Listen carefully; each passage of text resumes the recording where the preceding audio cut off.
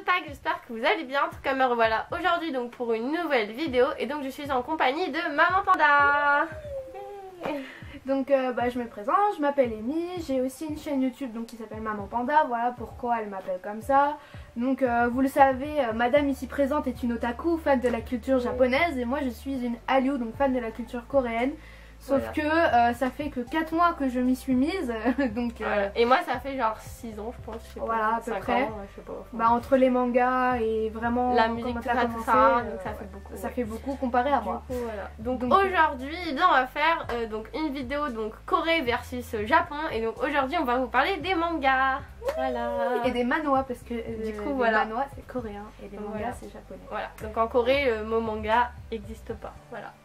Ça existe, mais c'est japonais. Mais c'est les manhwas. Ça n'a rien à voir. Voilà. Du coup, voilà. Donc alors, du coup, je vais vous parler un petit peu des mangas. Je vais vous faire quelque chose de très global, hein, parce que sinon je vais me mettre à papoter pendant très longtemps. Mais bon, je vais faire un truc global. Encore moi j'ai l'habitude, mais bon, là pour la vidéo, ouais, on va essayer de faire là, simple. on va faire assez concentré, assez voilà, court. Donc du coup, à savoir que donc, les mangas, il y a plusieurs types de mangas, donc plusieurs catégories. Et donc en fait il y a du coup plusieurs cibles éditoriales, c'est à dire qu'il y a un manga, ça va être fait pour les jeunes filles, un autre pour les jeunes garçons, voilà, c'est des cibles. Après on n'est pas obligé de se dire oh, je vais lire ça parce que je suis une jeune fille, tout ça, non pas du tout, mais c'est des cibles éditoriales. Donc du coup il y a par exemple les shoujo qui sont destinés aux jeunes filles. Après il y a les shonen donc qui sont pour les jeunes garçons. Après il y a les josei donc qui sont pour les jeunes femmes, voilà. Et après les seinen qui sont pour les jeunes hommes, donc plus pour les adultes quoi. Mais du coup, alors moi je lis beaucoup de shonen et de seinen. Bon, comme vous pouvez le voir dans toutes mes vidéos de ça, je parle beaucoup de shonen et de seinen, surtout de seinen d'ailleurs. Du coup, ce qui est bien donc avec le Japon, c'est que justement c'est ouvert à tout le monde quoi. Tout le monde trouve son bonheur, on va dire, dans les mangas. C'est vraiment pour tout le monde. Et puis il y a plusieurs thèmes en fait qui sont abordés dans les mangas. Donc il y a des mangas qui par exemple parlent du comportement humain, d'autres qui sont plus survival, d'autres plus avec aventure, avec plein de personnages, avec un héros un petit peu voilà qui est accompagné de beaucoup d'amis, tout ça, et qui doivent faire une quête, tout ça. Enfin, bon. Après il y a par exemple beaucoup de mangas aussi de gore, donc d'horreur, tout ça. Enfin en fait c'est vraiment très diversifié. Après moi ce que j'aime beaucoup dans les mangas, c'est en fait la façon dont on est immergé. Donc déjà grâce au dessin. Donc moi je trouve qu'il y a des super beaux dessins dans beaucoup de mangas. Il y en a, bon c'est assez banal on va dire. Puis il y a des mangas qui sont des chefs-d'œuvre autant au niveau du dessin que du scénario. Donc il y en a c'est juste magnifique quoi. On est bouche bée quoi. On est ah c'est trop beau et tout. Voilà donc voilà, à savoir que les mangas du coup c'est très diversifié en fait. Même graphiquement, au niveau du scénario, voilà. Donc ça qui est bien avec les mangas et c'est ça qui attire aussi beaucoup de public en fait. Il y a vraiment beaucoup de monde qui est intéressé, qui s'interroge, qui veut découvrir en fait les mangas. Et après il y a aussi beaucoup de mangas qui se font connaître grâce aux animés qui du coup permettent de faire découvrir aux autres, enfin aux gens, aux spectateurs quoi. Il y a des mangas qui existent aussi et du coup les gens vont regarder l'animé et le manga quoi. Donc ça va faire 2 fois plus de points positifs quoi on va dire. Voilà donc du coup je vais vous présenter un petit peu quelques mangas de toutes les catégories un petit peu différentes. Voilà, j'ai fait une petite sélection de mangas assez diversifiés. Voilà. Une petite sélection qu'elle a fait il y a 10 minutes. Voilà. Alors du coup par exemple au niveau des shoujo, alors ça c'est le premier manga que j'ai lu, c'est Pichi Pichi Pitch. Voilà, donc c'est un typique shoujo, hein, voilà, c'est assez connu. Le dessin animé. Voilà, parce que du coup il y a un animé aussi.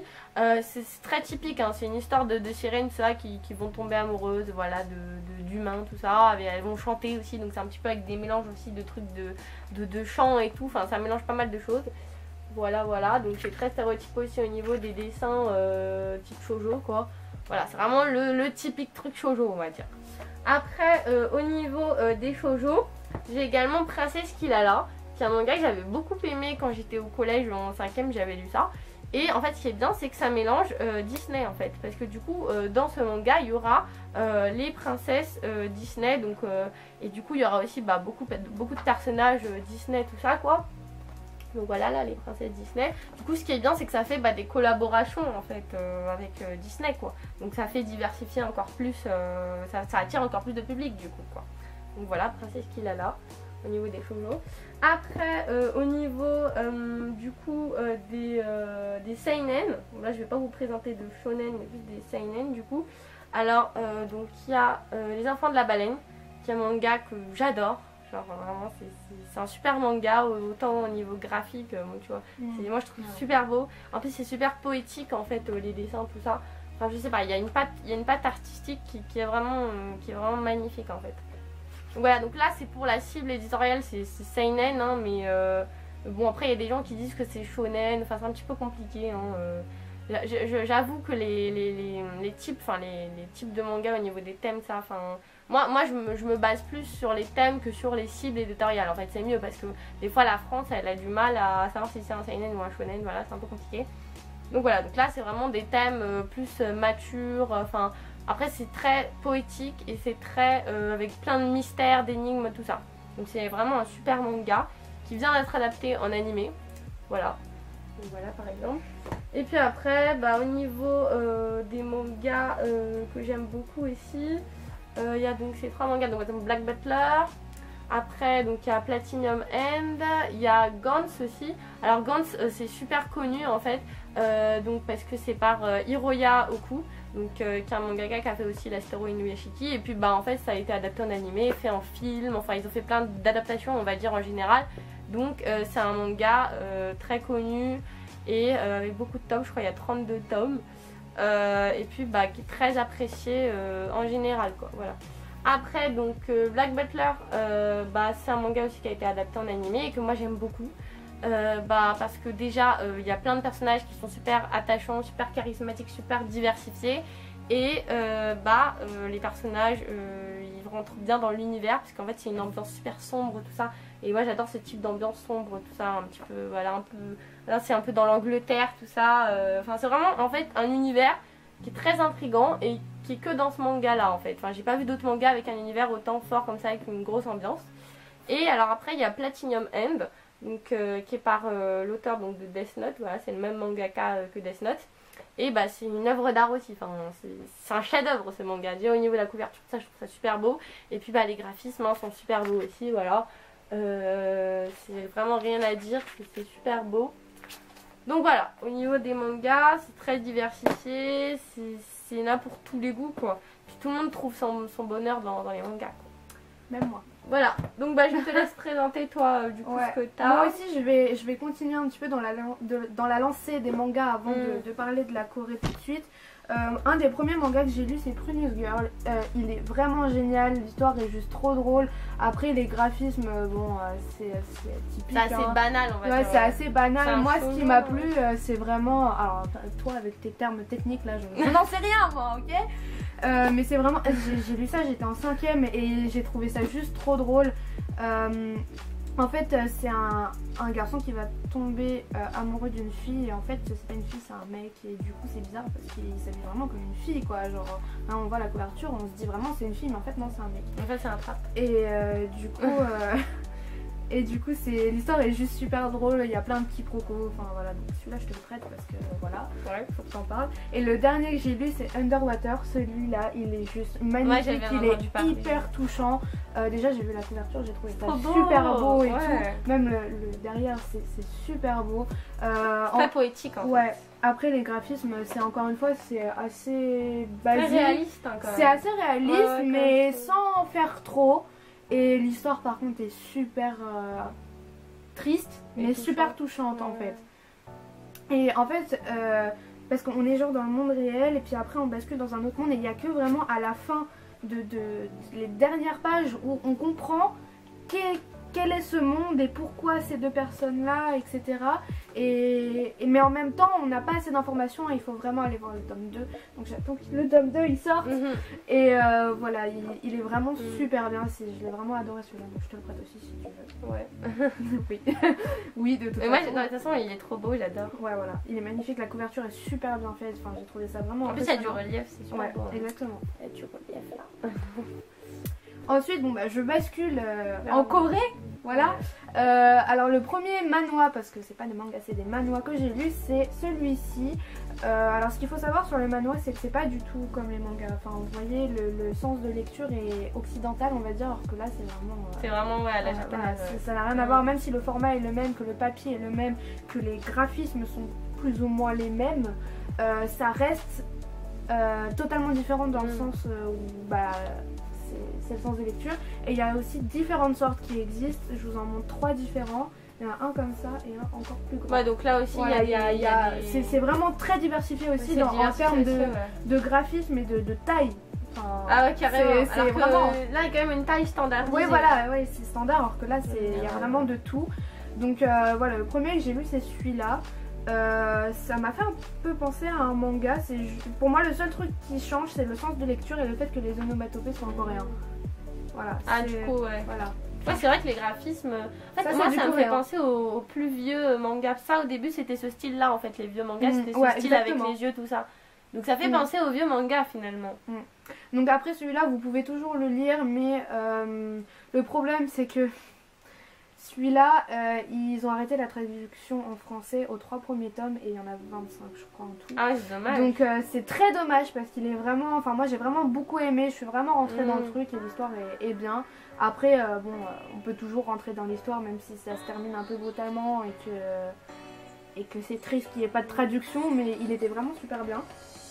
Ensuite, un autre dont j'ai vraiment envie de parler parce qu'il est vraiment génial, je l'ai en français à la bibliothèque, hein, voilà. C'est La bicyclette rouge, il est super touchant, en fait ça raconte la vie paysanne en Corée à travers les saisons et avec donc le facteur qui vient avec sa bicyclette rouge tous les jours, tout le temps, même le dimanche, enfin ouais, même le dimanche, et ça raconte vraiment, enfin les graphismes c'est sont en couleur assez simples et en plus c'est en couleur, voilà, c'est vraiment ce qui m'a choqué en fait quand on ouvre cette page là, c'est comme un manga normal, tu vois, le grammage c'est le même et puis quand on ouvre, on se dit ouais bon pour la présentation tout ça, mais en fait non, tout le reste de l'histoire est en couleur et en papier glacé comme ça. J'ai trouvé ça vraiment super beau, je m'attendais vraiment pas à ça, je l'avais pas ouvert quand j'étais à la bibliothèque et quand j'ai ouvert ça chez moi, j'ai fait ah oui, d'accord, je m'attendais pas du tout à ça et c'est vraiment touchant en fait. Surtout moi je suis très sensible au niveau des histoires comme ça qui racontent le vrai sens de la vie au final. Et j'aime beaucoup le fantastique, mais les histoires comme ça me touche vraiment et celui-là il va me rester très longtemps. Et ça fait 3 semaines que je l'ai pas rendu à la bibliothèque, donc je pense que ça traduit bien l'état dans lequel je suis. J'ai pas envie de le rendre tellement il était bien, il m'a touché. Et franchement c'est un bon atout que ce soit en couleur et quoi, parce que la plupart des mangas sont en noir et blanc. Même les images sont très belles. C'est un style particulier de dessin quand même. Ouais voilà, et on voit il y a vraiment toutes les saisons comme ça, il y a l'été, printemps, automne, hiver. C'est vraiment super beau. Donc celui-là, si vous avez l'occasion de le lire, franchement faites-le. Ensuite il y en a un autre, un peu dans le même style, mais là on raconte plus une histoire, il est beaucoup plus gros. Hein, et donc c'est Histoire couleur terre, il est génial, franchement. C'est un peu dans le même esprit. Le même esprit. Ça raconte la vie paysanne, etc. Par contre les graphismes sont totalement différents, hein. Ça n'a rien à voir. Je suis pas trop fan. Moi non plus au début, mais j'ai pas... Je me suis pas attardée sur ça en fait. Mais tu sais à quoi c'est vraiment l'histoire qui est... Ça me fait penser aux estampes en fait un peu. Aux estampes japonaises, genre enfin les visages en fait des femmes, tout ça. Ça fait un peu estampes japonaises. Ouais. Non. Et voilà, donc l'histoire est un petit peu similaire, ça raconte aussi la vie paysanne, etc. Mais sous le regard de donc cette jeune fille et sa maman qui est veuve, qui vivent à la campagne et au fil des saisons, puis elle va rencontrer un garçon, et puis ça raconte en fait surtout la puberté en fait. Et comment ils voyaient ça à la campagne en Corée avant. Et c'est super touchant. Ouais, donc celui-là il était vraiment génial et ça m'a beaucoup touchée. Et aussi un autre qui m'a énormément touchée, c'est celui-ci. Alors il est beaucoup moins épais, hein. C'est le même format mais c'est pas du tout le même truc. Et alors là, ça aussi, il est vraiment génial parce que en fait quand on lit le truc, honnêtement je l'ai lu en 20 minutes, ce qui n'arrive jamais. Et quand j'ai fermé, j'étais Ah oui, quand même. Genre, l'histoire est vraiment poignante, mais déjà le truc faut le lire en une fois parce qu'en plusieurs fois sinon c'est bizarre.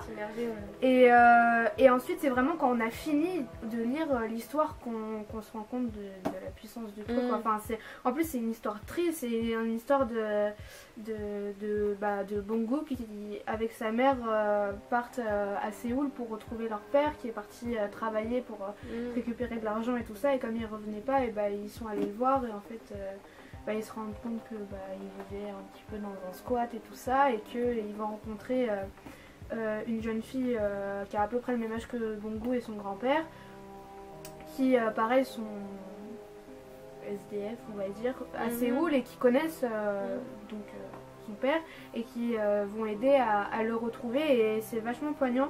Et aussi ce qui m'a perturbée, c'est que au début de l'histoire c'est vraiment en noir et blanc, genre normal, et petit à petit dans les pages on va commencer à avoir de la couleur. Petit à petit. C'est intéressant ça. Et c'est super intéressant, et puis après à la fin on a vraiment la couleur partout. C'est super beau. Et c'est vraiment super beau. Et après bon, les personnages c'est assez bizarre parce qu'il y a beaucoup de contrastes en fait entre les enfants et la mère. Ça n'a pas du tout les mêmes... Ouais, le style de dessin n'est pas pareil. Mais ouais, c'est un peu tout mélangé en fait. Mais du coup il y a beaucoup de contrastes en fait. Énormément. Et du coup j'ai trouvé ça bien fait en fait. Et au-delà de l'histoire, parce que tant qu'on n'a pas tout lu, on peut pas se rendre compte en fait de la portée du truc. Et c'était vraiment super bien, je l'ai adoré aussi.